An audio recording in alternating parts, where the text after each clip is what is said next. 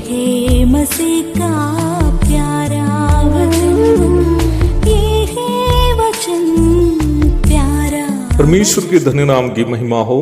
प्रभात मनन के सत्र 2340 में आप सभी का बहुत ही विनम्रता के साथ स्वागत करता हूं। आइए आज के मनन के लिए हम पढ़ते हैं पत्रस की पहली पत्री, पहला अध्याय, 13वीं पद। इस कारण अपनी अपनी बुद्धि की कमर बांधकर और सचेत रहकर उस अनुग्रह की पूरी आशा रखो जो यीशु मसीह के प्रकट होने के समय तुम्हें मिलने वाला है। 4 से 12 तक के पदों में खास करके प्रेरित पत्रस विश्वासियों को उस उद्धार का महत्व के बारे में अवगत कर रहा था जो हम प्राप्त कर चुके हैं, विशेषकर उन विश्वासियों को जो भयानक सताव से गुजर रहे थे। 13वीं पद में वह उन्हें समझा रहा है कि परेशानियां कितनी भी कठिन क्यों न हो, उस अनुग्रह की आशा में रहो जो यीशु मसीह के प्रकट होने पर मिलने वाला है। मसीह जीवन पूर्णतया परमेश्वर के अनुग्रह पर निर्भर है। उद्धार की प्राप्ति के लिए हमने कुछ नहीं किया। वर्तमान संसार में भी हमारी अगुवाई के लिए वो हमें पवित्र आत्मा, पवित्र शास्त्र तथा पवित्र संगति सौजन्य रूप में उपलब्ध कराया और हमें अपनी सामर्थ्य देकर अनुग्रह से प्रतिदिन चलाता है। और उसी अनुग्रह का शेष भाग हम हमारे अनंतकालीन जीवन में देखने जा रहे हैं। कैसे कि एक बार प्रभु के नाम में हम जो छोटे छोटे कष्ट भी सहे हैं या छोटे छोटे काम जो किए हैं, हम खुद भी भूल जाते हैं। हम कभी नहीं सोचते हैं कि उन सारे काम जो हम प्रभु के नाम में किए हैं यहाँ तक कोई इंसान भी याद करेगा। परंतु प्रभु का वचन कहता है कि यदि एक गिलास पानी भी हम प्रभु के नाम में किसी प्रभु के दास को नहीं तो प्रभु के जन को पिलाया हो तो उसका भी प्रतिफल हम बिना प्राप्त किए नहीं जाएगा। मत्ती 10 की 41 और 42।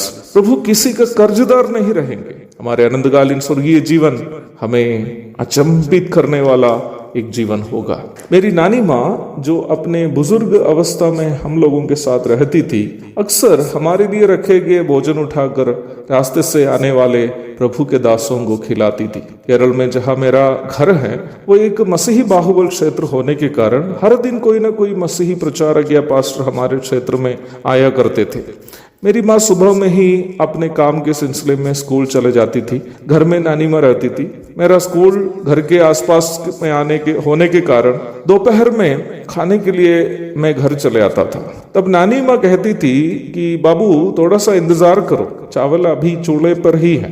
मैं नाराज होकर नानी माँ से पूछता था कि अरे सुबह से इतने देर में चावल अभी तक नहीं पका। तब नानी माँ कहती थी बेटा चावल सब्जी सब हो गए थे, परंतु कुछ देर पहले एक प्रभु का दास यहाँ से आया, मैंने तुम्हारा खाना उनको दे दी। ऐसी घटना अक्सर हो जाने के कारण मुझे उन दिनों में दोपहर में घर आने वाले प्रभु के दासों पर और मुझसे अधिक प्रभु के दासों का आदर करने वाली मेरी नानी माँ पर, दोनों पर काफी गुस्सा आता था। सन 1993 में मेरी नानी माँ, जिनका नाम अन्ना पत्रोस था, अपने 96 उम्र में अपने प्रभु के पास चली गई। उस समय मैं मात्र 15 साल का था। मेरी नानी माँ, जहाँ तक मेरी जानकारी है, बहुत ज्यादा दूरी घर से नहीं गई, ना ही किसी के घर में जाकर ज्यादा दिन तक मेहमान बन के उनके सेवा सत्कार प्राप्त किए। परंतु आज एक प्रभु के दास के रूप में देश भर के अनेकों जगहों में जाकर अनेकों प्रभु के लोगों के घर से स्वादिष्ट भोजन का आनंद जब मैं लेता हूँ तो मुझे अपने आप में शर्मिंदगी महसूस होती है, क्योंकि मुझे लगता है कि मेरी नानी माँ ने जिन प्रभु के दासों की सेवा सत्कार की है उसी की आशीष प्रभु मुझे दे रहा है, जबकि मैं उसके लायक भी नहीं हूँ। आशीष तो नानी माँ को मिलनी चाहिए थे। क्योंकि वास्तव में मैं आपको एक दूसरी सच्चाई बताने के लिए इन सारी बातें बताई है। यदि मेरी नानी माँ के द्वारा किए गए उन कामों का प्रतिफल आज उनके नाती पोतों को मिल रहा हो, क्या आप सोचते हैं कि उस अनंतकालीन जीवन में उन भले कामों का प्रतिफल मेरी नानी माँ को प्रभु से नहीं मिलेगा?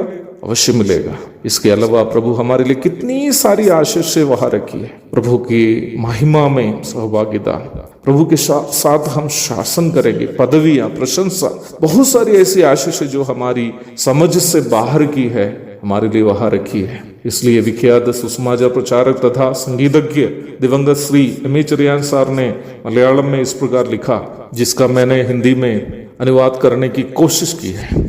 युगों के बाद में आनंद जीवन में, युगों के बाद में आनंद जीवन में, जो भी उसने है किया भलाई थी मैं जानूंगा, जो भी उसने है किया भलाई थी मैं जानूंगा, अनुग्रह से ख्याल स्पष्टता से जानूंगा, अनुग्रह से है ख्याल स्पष्टता से जानूंगा।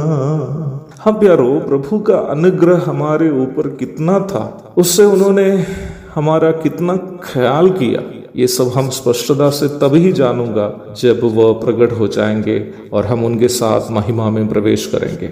उस समय तक अनुग्रह की उस आशा में हम अपने शिष्टकाल को यहाँ बिताएंगे।